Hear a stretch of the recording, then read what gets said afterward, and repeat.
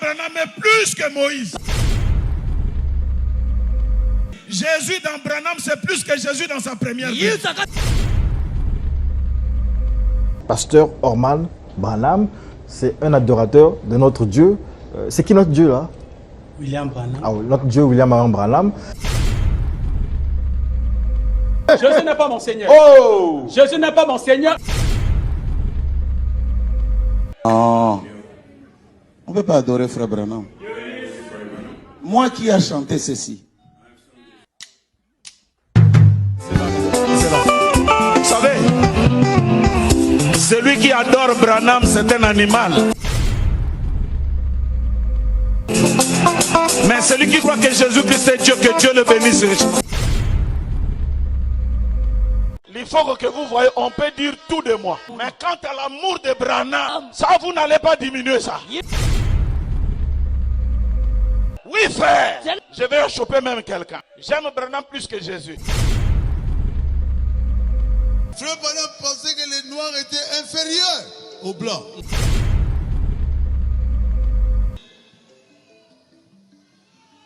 J'ai dit non. Il a dit. Alors dit. Un blanc ne peut pas se marier avec un noir. J'ai corrigé ça. Il y a une seule race humaine. Après Branham, Jésus. Non, trop c'est trop. Pourquoi tous ces cirques? À quoi joue-t-il? Et de qui se moque-t-il? Du Seigneur Jésus-Christ ou des enfants de Dieu dans le monde? Croyez-vous que tous ces pasteurs branhamistes qui se déchirent publiquement devant la scène internationale sont-ils des fous? Non, ils ne sont pas fous du tout. Le nœud du problème, c'est la divinisation de William Marion Branham que prônent le pasteur Lifoko-Diciel et le pasteur Orman Neville du Congo-Brazzaville. Ce problème est connu par tout branhamiste, sans exception. Aujourd'hui, le Seigneur Jésus-Christ expose ces mouvements anti-bibliques aux yeux de tout le monde.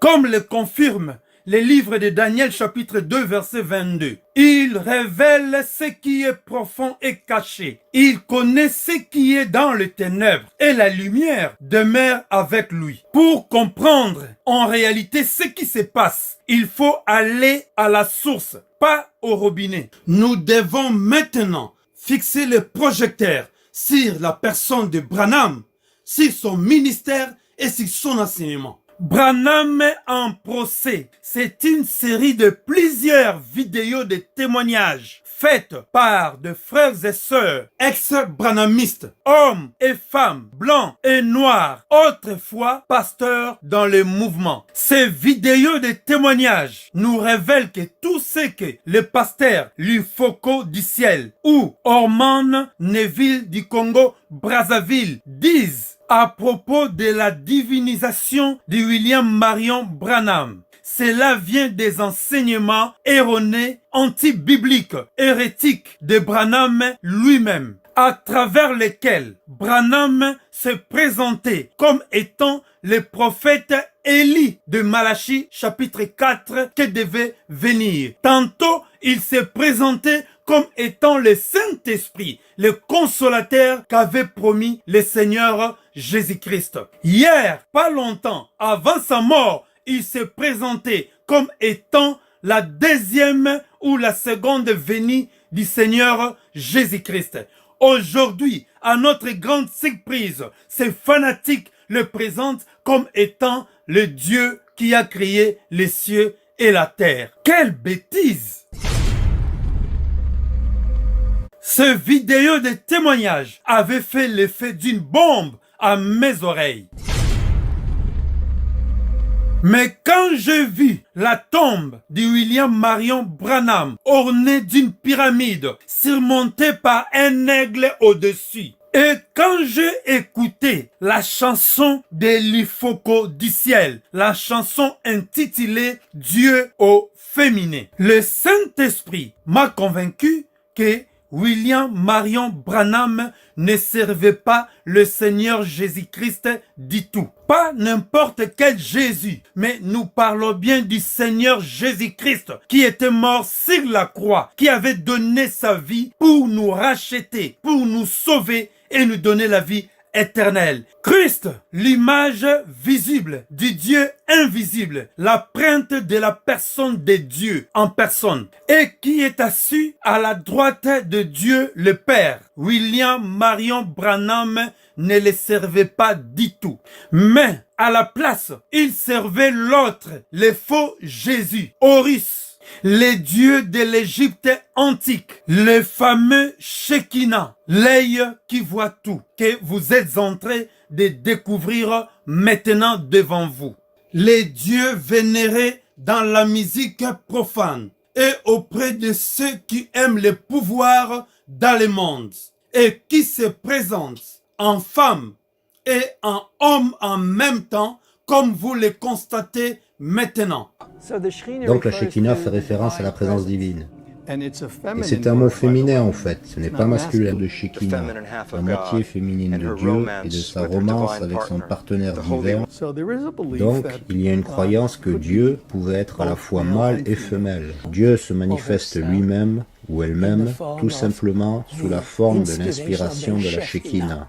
Shekinah est quelque chose qui fait partie du Talmud, quelque chose qui fait partie du judaïsme, pas de la chrétienté.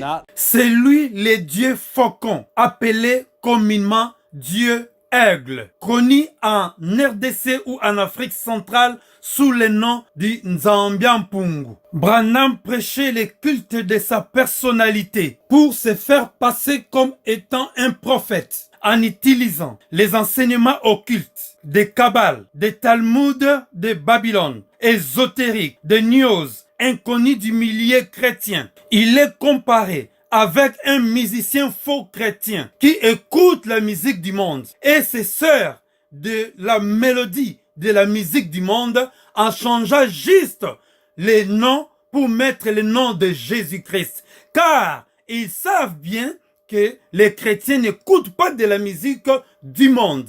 Et c'est la même façon que William Marion Branham agissait. Et cela a fait de lui un grand prophète au milieu de ses fanatiques, jusqu'au point de l'adorer, comme nous le constatons aujourd'hui. Quelle bassesse! Adorer même ces images, ces photos. Il a réussi aujourd'hui son coup. Il a fait de ses adeptes, ses idolâtres, qui acceptent d'abandonner le Créateur pour adorer la créature.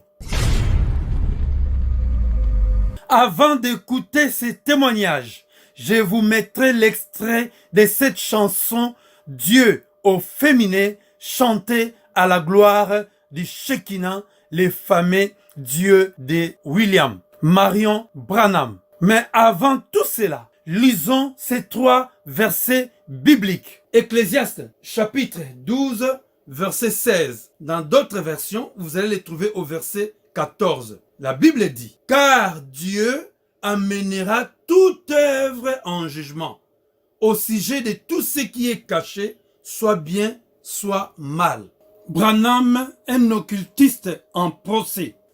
Le deuxième verset, Matthieu chapitre 10, verset 26 à verset 27. Il est écrit, « Ne les craignez donc point, car il n'y a rien de caché qui ne doive être découvert, ni de secrets qui ne doivent être connus.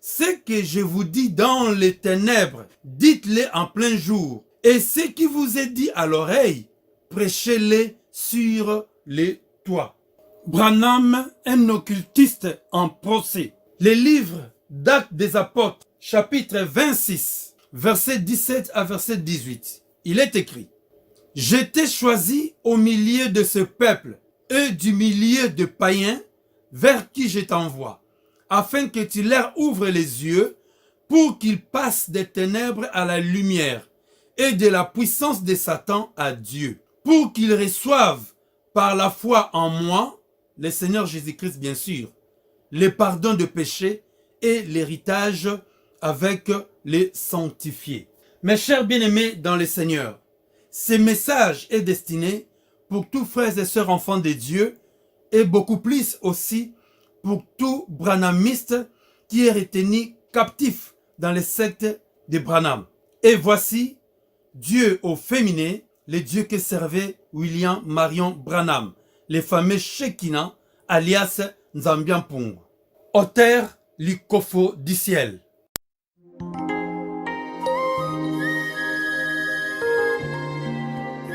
Et Dieu dit à la femme, je multiplierai ta souffrance.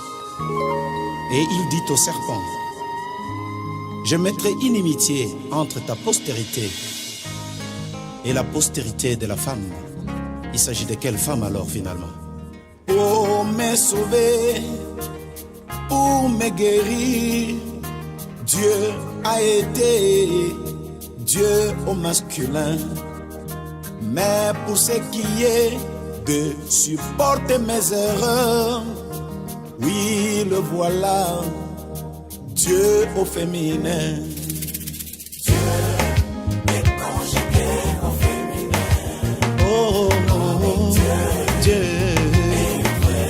Il est vrai, maman, mais Dieu est conjugué au féminin. Oh, oh, Dieu. Il est vraiment ma mère. Il est Dieu. Il est mère pour moi, mon Dieu.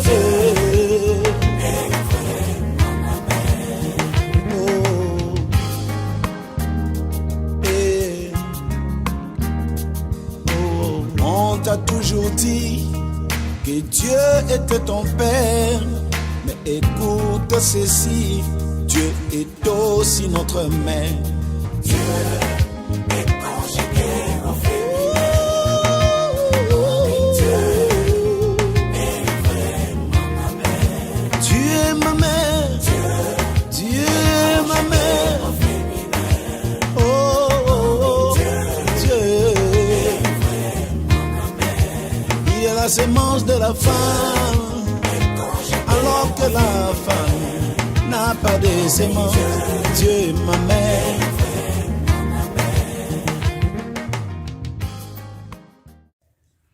Bonjour, chers amis internautes. Encore une fois de plus, nous voulons vous présenter un autre numéro qui parle de la sociabilité de Branham et l'entité qui travaillait bien sûr avec lui. Et aussi, nous allons montrer les effets et les méfaits de cette entité quand il utilisait le corps de William Marion Branham. Nous sommes en train de toucher le fond de ce que les gens appellent le message du temps de la fin. Bien sûr, ce sont des choses que facilement, certains lieutenants de Branham ne peuvent pas vous le dire ouvertement, mais puisque nous avons eu la grâce de pouvoir pénétrer, découvrir le fond, et que nous sommes ici en train de briser le silence. Et nous essayons un peu d'aider la masse de pouvoir comprendre ce mouvement avec son fond, ses méandres, quoique des fois on vous le présente d'un seul sens comme si c'était un mouvement très attrayant en matière de la foi. Alors pour commencer, Branham ne devrait jamais faire quelque chose sans qu'il puisse d'abord commencer à invoquer l'entité avec ces trois mots incantatoires et d'incantation pour faire appel à l'entité.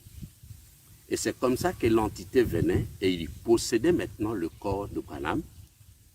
Et c'est à partir de cette associabilité des miracles, parce que je ne vais pas ici vraiment définir ce que c'est un miracle, parce que le miracle est plutôt pour ceux qui sont en train de vivre, de voir ce qui s'opère. Mais celui qui réalise ce miracle, il connaît le secret. Bien, nous avons ici, dans sa prédication, l'expérience numéro 3, prêchée le 21 décembre, pardon, 1947, paragraphes 135 et 136. Je vais prendre justement quelques extraits pour vous faire goûter ses propres déclarations. Il dit, avez-vous remarqué que chaque fois après que j'ai demandé ou réprimandé un esprit, je reste tranquille, parfaitement silencieux pendant quelques instants? Qui a remarqué cela dans des réunions? Faites voir le main. Avez-vous remarqué cela? Maintenant, voici ce qu'il en est. Il y a 3 mots que je dois répéter en ce moment-là. Voyez? Et ce sont les 3 mots nobles de la Bible. Aucun mortel sur la terre ne sait cela.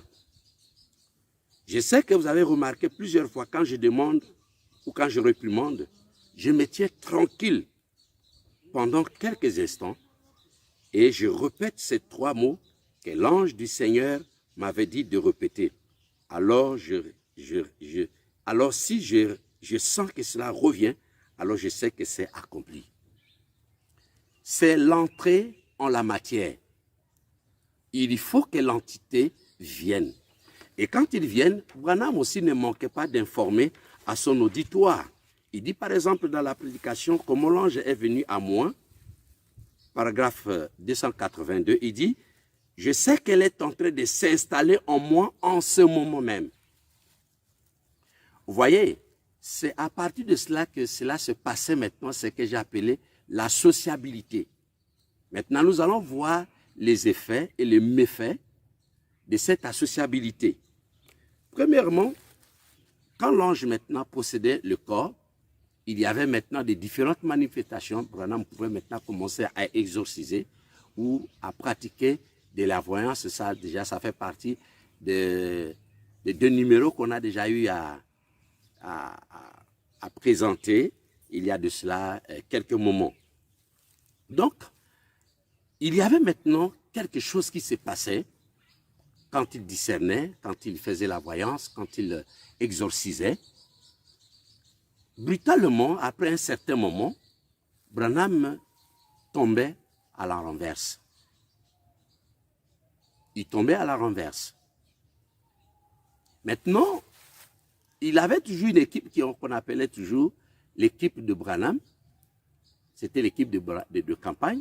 Et cette équipe avait le rôle, bien sûr, ils entouraient le gourou. C'est pour l'empêcher qu'il ne puisse pas se fracasser le crâne pendant qu'il y tombait à la renverse. C'était un système bien maîtrisé par le groupe et que l'auditoire ne savait pas le pourquoi. Voilà pourquoi on le faisait toujours partie de l'auditoire comme si c'était quelqu'un qui avait succombé ou qui avait fait une crise cardiaque. Là, nous en parlerons bientôt. Du coup, Branham lui-même explique, quand il y tombait à la renverse, qu'est-ce qui se passait exactement. À ce moment-là, il y avait, premièrement, comme lui-même il déclare, qu'il subissait des pressions qui provenaient de la possession de cette entité dans son corps. Qu'est-ce qui se passait-il? Lui-même, il déclare que l'entité pesait plus de 100 kilos. Et aussi, il avait une taille humaine de 1,80 m, 82 cm. Vous pouvez vite comprendre que Branham, par rapport à l'entité, était un homme de taille presque moyenne et il ne pouvait pas peser lui-même plus de 60 kilos. C'était des effets terribles qui poussaient cet homme pendant qu'il devait supporter pendant longtemps le poids de cette entité dans son propre corps.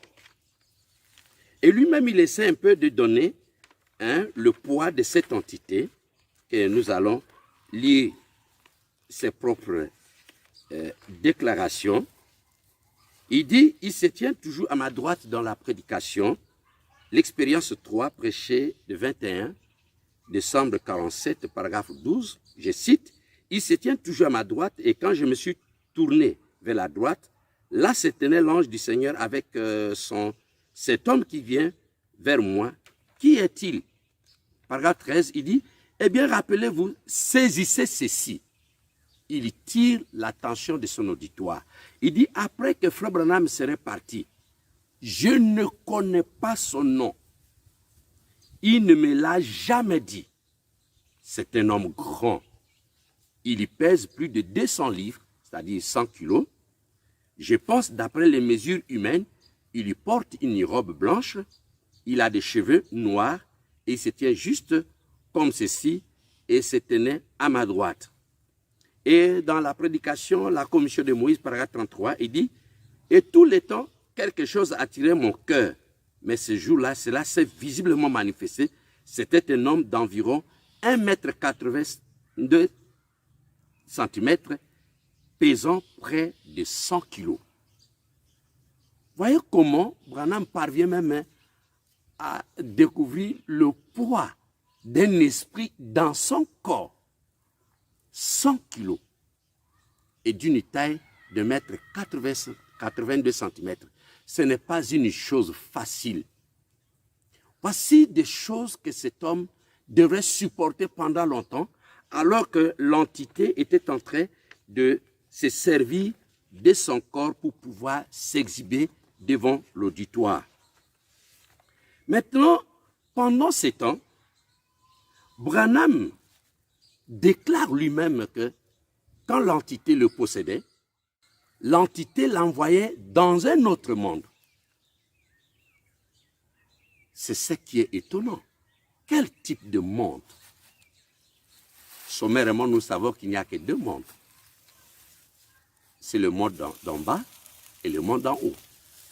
Mais vous savez, selon la Bible, personne ne monte au ciel et on ne monte pas au ciel avec notre corps. Personne n'est monté au ciel.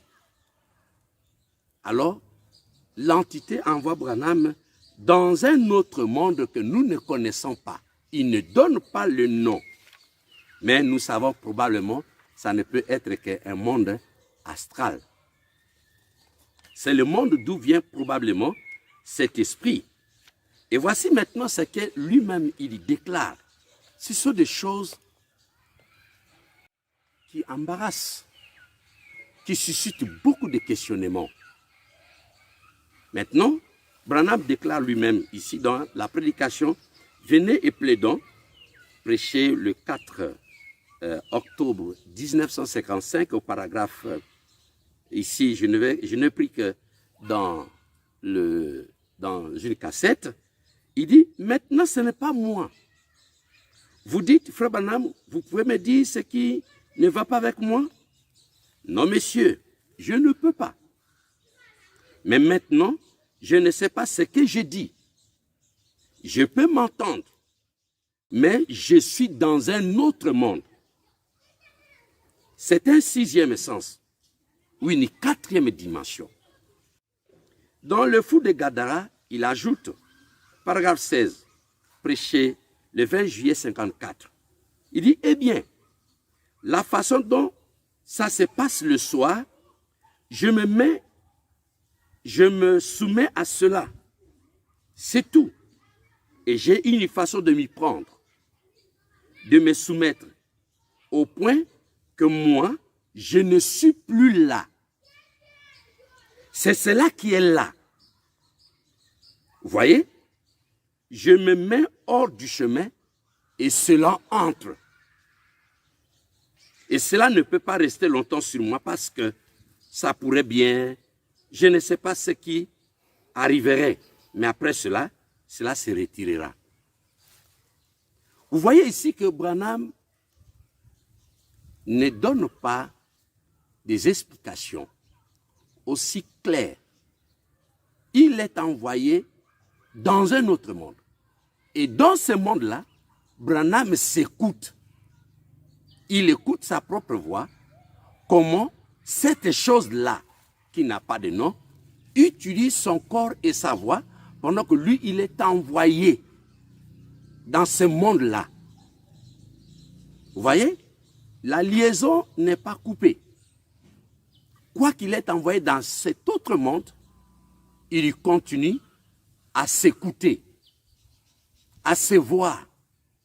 Et comment il dit, c'est que les gens voient, c'est qui parle, c'est qui discerne, c'est qui exorcise les esprits ou les maladies, ce n'est plus Branham. C'est cela, c'est cette chose-là.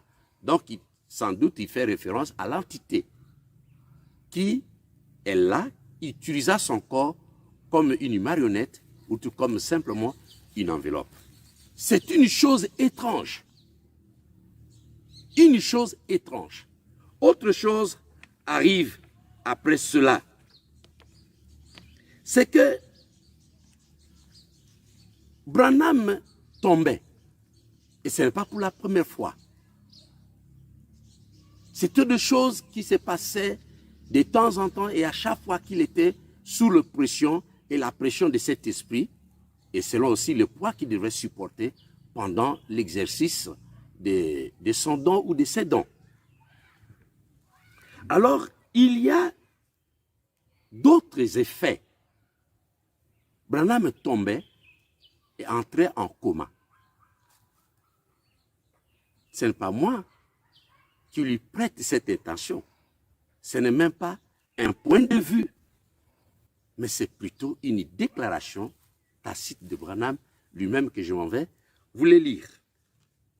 Il dit dans les opérations du Saint-Esprit, prêché le 16 août 1956, au paragraphe 14, il dit « Et ma famille, et ceux avec qui j'ai grandi, ma femme aussi, qui est assise là derrière, le savent.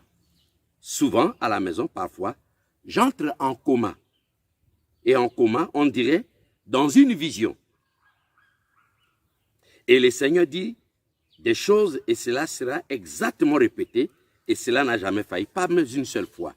C'est un don de la part de Dieu. Or, quand Branham a commencé à vivre les effets de cette entité à partir de 1947, quand cet être surnaturel a été affecté à Branham et qu'il a commencé à utiliser le corps de Branham. Une fois, je m'en vais vous lire un témoignage parce que les journaux en avaient tellement parlé.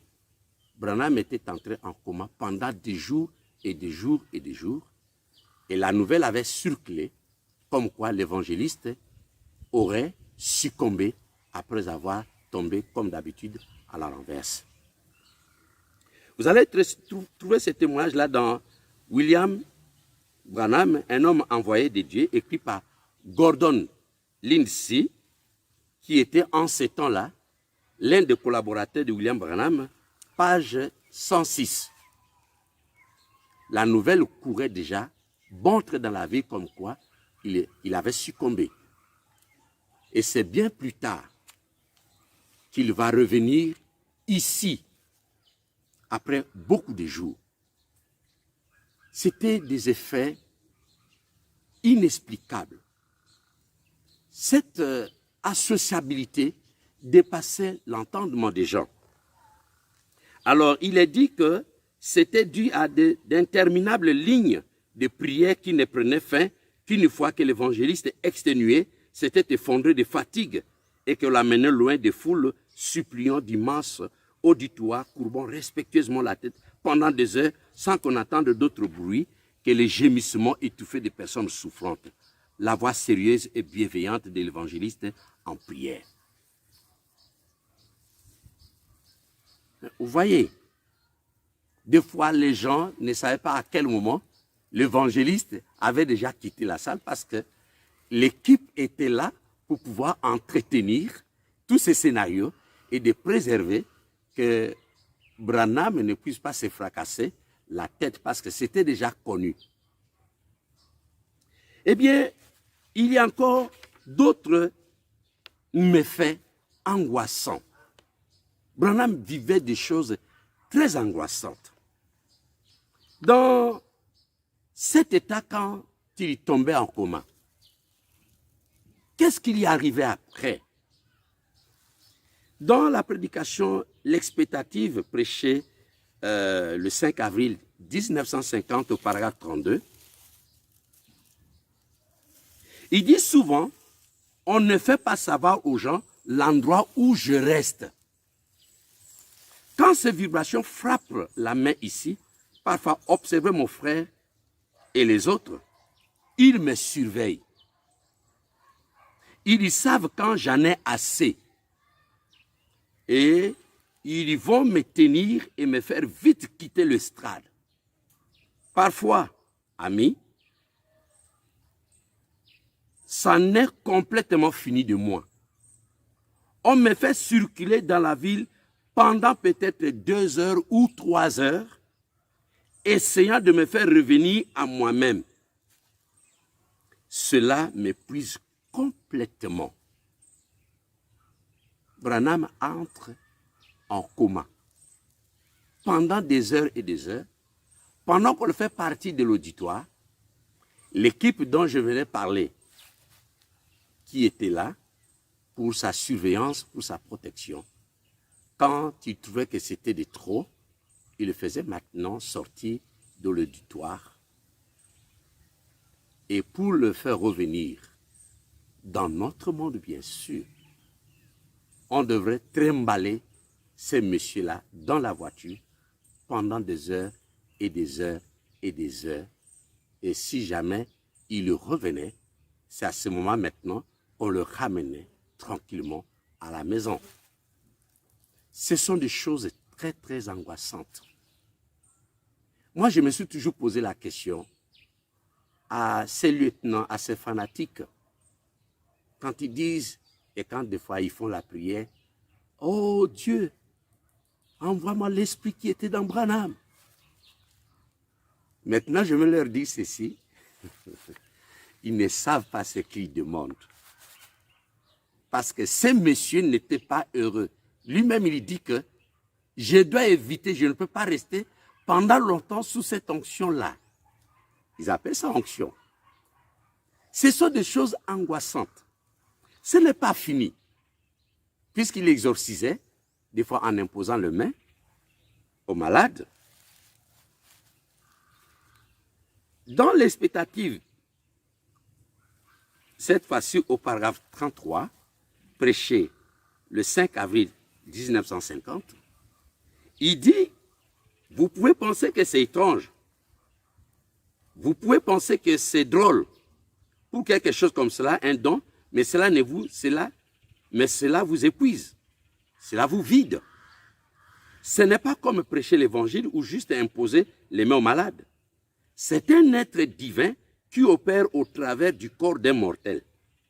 J'ai vu ma main gonfler tellement qu'il me fallait la maintenir de l'eau chaude pendant pratiquement 1 heure pour qu'elle récupère la sensibilité après des vibrations émises par des cancers hideux et autres comme ça marche. Pratiquement personne ne connaît ces choses. Vous voyez? C'est-à-dire, les choses angoissantes qu'ils y vivent, personne ne connaît. Alors c'est pour dire que ceux qui l'envient, c'est comme si des gens qui envient quelqu'un porter une hotte, mais il ne connaît pas le poids que la personne porte dans la hotte. Il dit personne ne connaît ces choses. Ce sont des choses angoissantes et une grande timidité, qui des fois c'est pratiquement difficile qu'on le dévoile aux proches, ou des fois quand on est à seul, on est frustré. Lui-même, il ne comprenait pas, parce que la chose entrait quand elle voulait et la chose quittait quand elle voulait. Alors, remarquez, ce sont des choses terribles que les gens ignoraient. Alors, Branham est envoyé dans un autre monde. Et là, il s'écoute. Il dit, à ce moment, vous sentez maintenant que ce n'est plus moi qui parle. Ma voix change et devient autre chose. Je m'en vais très rapidement vous donner un site qui va vous faire découvrir que les pratiques et la sociabilité de Branham avec l'entité, ce n'est pas une chose nouvelle. il est déjà des pratiquants de ce genre de choses qui collaborent avec les entités et qui sont soumis à ce genre d'oppression. Avant de commencer, Branham dit dans L'An du Seigneur, prêché le 20 mai 51, c'est sur la bande, il dit, lorsque vous entendez ma voix sous cette inspiration, je n'ai plus le contrôle. C'est ma voix. Je m'écoute parler comme vous m'écoutez maintenant parler. Je m'attends. Et ce qu'il dit aux gens, il attend ce que l'entité dit aux gens à travers sa voix et exerçant des miracles par son corps pendant que lui, il est envoyé dans un autre monde. Donc, il y a des faits que nous allons résumer et que vous allez découvrir très rapidement dans ces sites. Et c'est un site d'occultisme qui ressemble étonnamment à ce que Branham a expérimenté exactement avec les mêmes termes qu'il utilise dans ses services. Vibration, transe, invitation de l'entité, de la possession angélique, changement de voix, voyance et ainsi de suite. Le site-là déclare ceci. Après la méditation, j'entre dans un état de légère transe, centré à la lumière des guérisons de Dieu. J'invite mes anges et mes guides à venir se fondre avec moi. J'ai la chance de travailler avec une entité angélique aimable appelée One. One fusionne avec moi et parle directement à travers moi. Ma voix change un peu comme One a une vibration celtique et a un accent irlandais. Quand je suis dans cet état de conscience altéré, je peux voir avec mon troisième œil, entendre par l'esprit de communication télépathique. C'est un site qui existe. Mais malheureusement, ici, dans le cas de Branham, il a dit l'entité ne lui a jamais révélé son nom. La question est celle-ci. Pourquoi l'entité lui refuserait-il de lui donner son nom? Pourquoi? Il ne le connaît pas. Mais pourtant, ailleurs, vous allez lire des déclarations de Branham. Branham, maintenant, attribue à cet ange-là tous les titres de la Bible. Colonne de feu, l'ange du Seigneur, Saint-Esprit, ainsi de suite. C'est étonnant, c'est étonnant. Cet être-là ne lui a jamais dit qu'il est le Saint-Esprit, qu'il est l'ange du Seigneur, qu'il est le ceci. C'est Branham lui-même qui lui attribue ces titres-là. Au regard de tous mes frères, puisque nous parlons des effets et des méfaits de cette entité travaillant dans le corps de Branham, il dit que ce qui lui revenait avec le vibration fracas et avec des gonflements de corps, des mains, ainsi de suite, il dit que c'est parce qu'il y priait pour les malades, ce sont des esprits impurs, ainsi de suite. Mais rappelez-vous, mes frères, dans la Bible, il est parlé de Yeshua dans Ésaïe chapitre 53, verset 5, qu'il a porté sur lui toutes nos maladies, nos iniquités et nos péchés. Mais lui qui a porté toutes les infirmités, toutes les maladies, n'avait jamais les mains gonflées, n'avait jamais les joues gonflées, n'avait de lumière sur son corps, n'avait jamais été renvoyé dans un autre corps. Mais pourquoi simplement Branham? Pourquoi simplement Branham? Ce sont des faits insolites. Nous sommes restés. On n'était pas simplement des gens qui lisaient et qui venaient simplement répéter. Nous avons essayé par la grâce de Yahvé de comprendre. Et comme le souci était tellement grand, celui qui nous a aimés nous a levé le coin du voile et nous avons découvert l'occultisme qui était pratiquement aussi publiquement possible et que Branham, malgré tout ce qu'on pouvait envier de lui, il n'était pas un homme heureux avec cette entité qui l'écrasait, qui le dominait, qui le brisait, qui le rendait tellement angoissant. Il n'était pas du tout aussi heureux comme les gens pensent. Et tout cela est parti à partir de son contrat et de la mission très très délicate et douteuse qu'il a eu à conclure avec l'entité depuis 1947. Encore une fois, merci d'avoir disposé votre temps pour écouter et suivre cette vidéo et surtout ce numéro très pathétique qui révèle encore le fond du branhamisme que beaucoup de gens s'y trouvent sans pourtant connaître le fond. Et nous sommes ici pour pouvoir briser le silence parce que nous avions toutes ces choses-là par devers nous, mais nous ne pouvons pas garder ces réalités aussi bouleversantes en ce qui concerne Branham, sa personnalité et ses pratiques. Ici, nous interpellons la conscience de tout le monde, même Yeshua n'a pas été un homme de spectacle de telle nature. Merci et nous croyons qu'avec le prochain numéro, vous allez découvrir encore de merveilleuses choses qu'Adonai va nous donner pour le bien-être, le salut et la délivrance de millions d'âmes à travers le monde entier. Merci beaucoup.